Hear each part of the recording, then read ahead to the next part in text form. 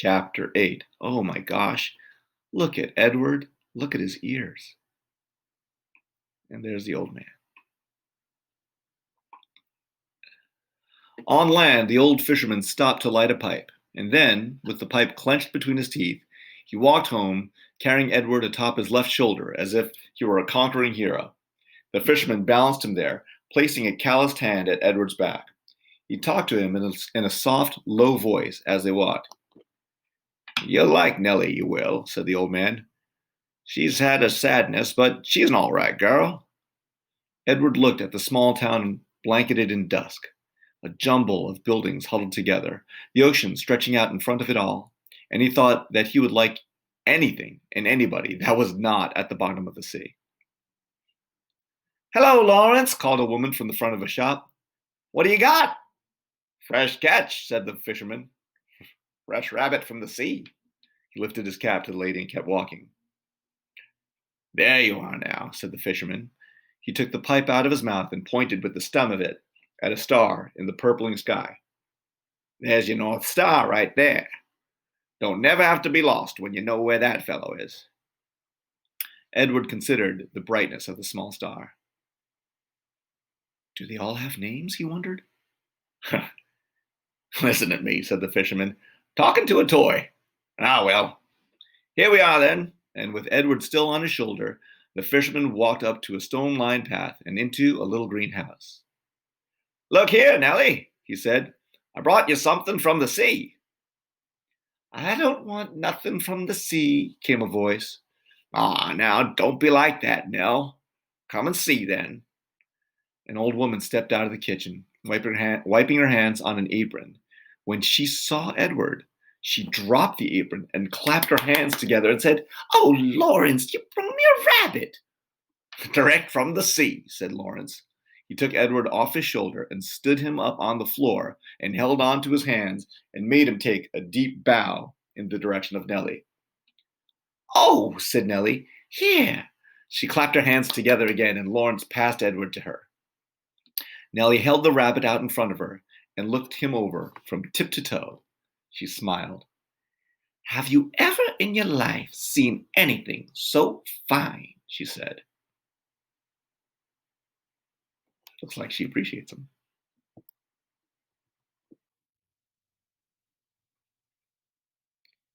There they are. Edward felt immediately that Nellie was a very discerning woman.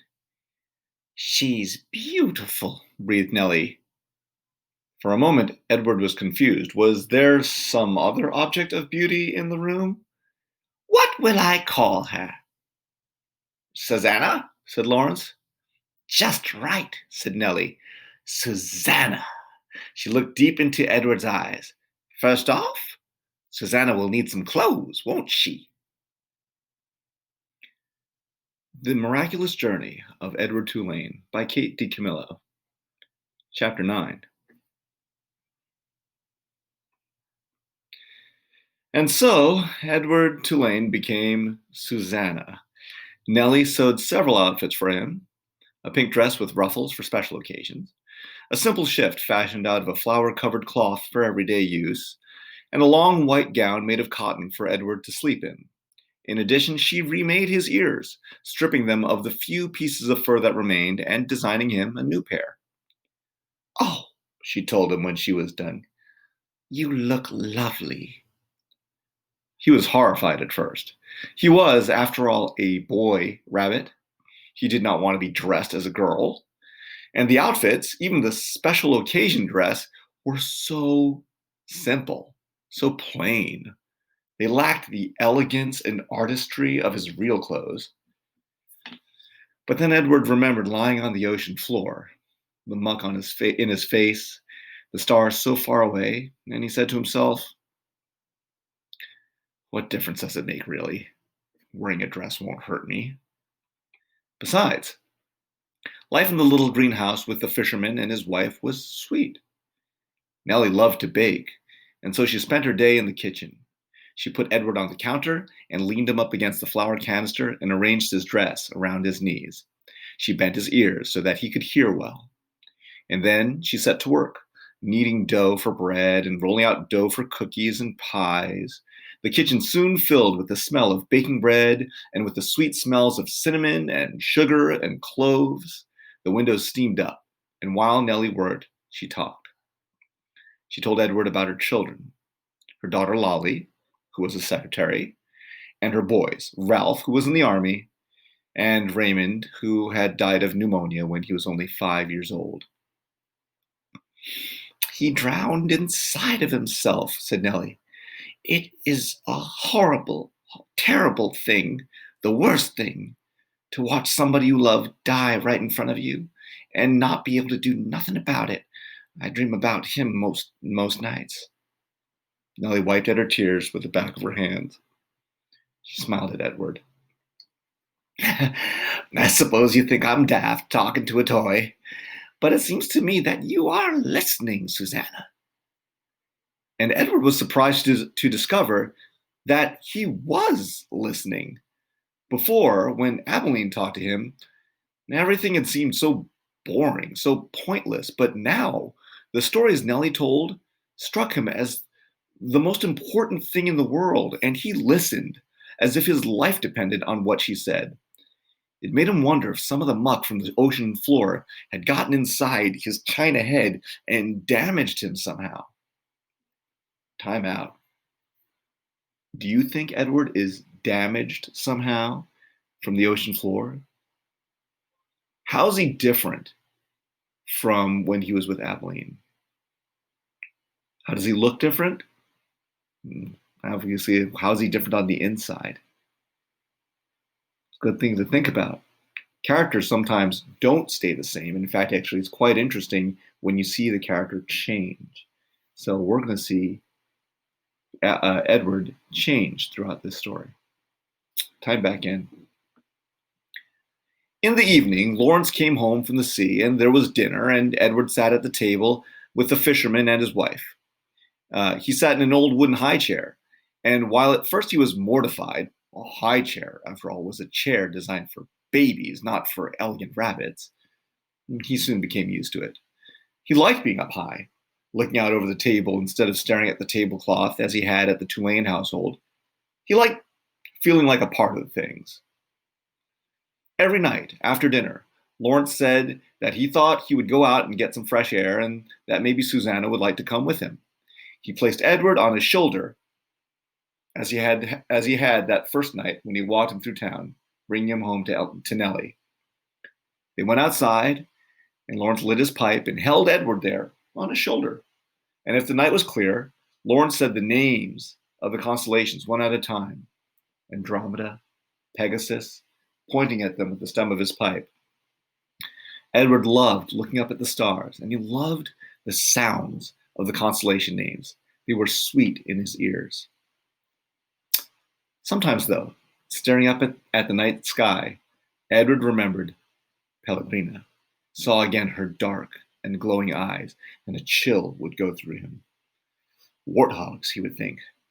Witches. But Nellie, before she put him to bed each night, sang Edward a lullaby, a song about a mockingbird that did not sing and a diamond ring that would not shine. And the sound of Nellie's voice soothed the rabbit, and he forgot about Pellegrina. Life, for a very long time, was sweet. And then Lawrence and Nellie's daughter came for a visit. This kind of has a time out for a second. This kind of has a parallel narrative line, the way that it works, where things are going well for Edward, and then at the end of the chapter, there's an and then. Remember, with Abilene, there was and then there was the boat, and now we have and then Lawrence and Nellie's daughter came for a visit. What do you think is going to happen next? Do you think it's going to be a good thing or a bad thing for Edward? Yeah, maybe. Find out. Time in. Chapter 10. There's that high chair. Lolly was a lumpy woman who spoke too loudly and who wore too much lipstick. She entered the house and immediately spotted Edward sitting on the living room couch. What's this? She said. She put down her suitcase and picked Edward up by one foot. She held him upside down. That's Susanna, said Nellie. Susanna! Shouted Lolly. She gave Edward a shake. His dress was up over his head, and he could see nothing. Already, he had formed a deep and abiding hatred for Lolly. Your father found her, said Nellie. She came up in a net, and she didn't have no clothes on her, so I made her some dresses.